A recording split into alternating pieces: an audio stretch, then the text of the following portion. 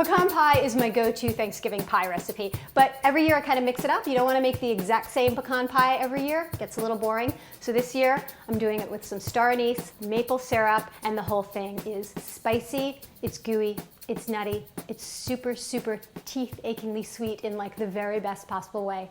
First thing, make the crust. Don't buy the crust. Please don't wimp out on me. Please make your own crust. So much better. It's worth it.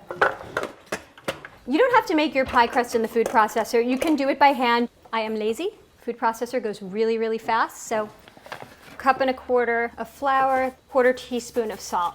You want the salt evenly distributed in the flour. 10 tablespoons of butter. Can we WD-40 this?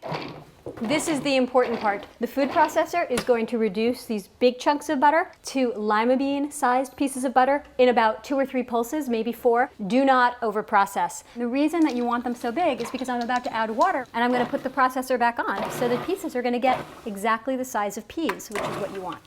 Okay, this is how to test if you've added enough water. You just want to pinch it together, see? And when it holds together like that, it's perfect.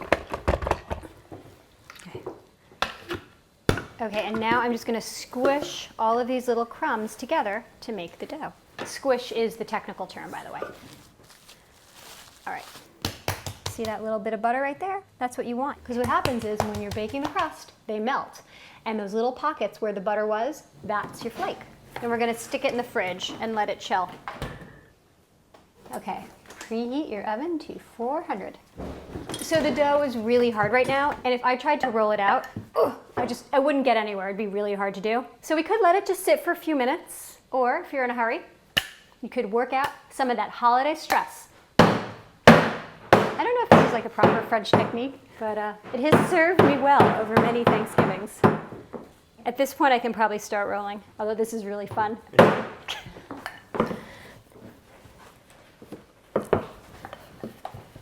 So you see how we're missing a little bit of dough here? We're gonna cheat and we're gonna do a pie dough comb over. I'm just gonna take this dough, stick it right there. You'd never even know there was a bald spot. So now fluting. Stick your finger in and use these 2 fingers to make a little point. It looks kind of shaggy right now. In the oven, it's gonna smooth out and look gorgeous. And the good thing about really sloppy fluting like this is that no one will think that you bought your pie dough. In fact, you want to hear what I used to do to cheat? Maybe I did this once. I bought some fake pie dough. I unfluted the nice professional fluting that they had, and I fluted it up, again, really sloppy, and I pretended I had made it. I was too young to know better, but you know what? It worked. Not that I'm condoning, lying and cheating or anything. So I'm going to bake it for 20 minutes until the pie dough is crisp and completely baked through. Okay, let's clean up and take the foil off the pie. Let's do 5 more minutes on the crust. So when I was a little girl, my uncle moved to Texas, and what was in his front yard? A pecan tree. Now, I'm from Brooklyn, and I grew up saying pecan. And my uncle came back from Texas one day, and he said, "Girl, it's pecan. Pecan is something you urinate in."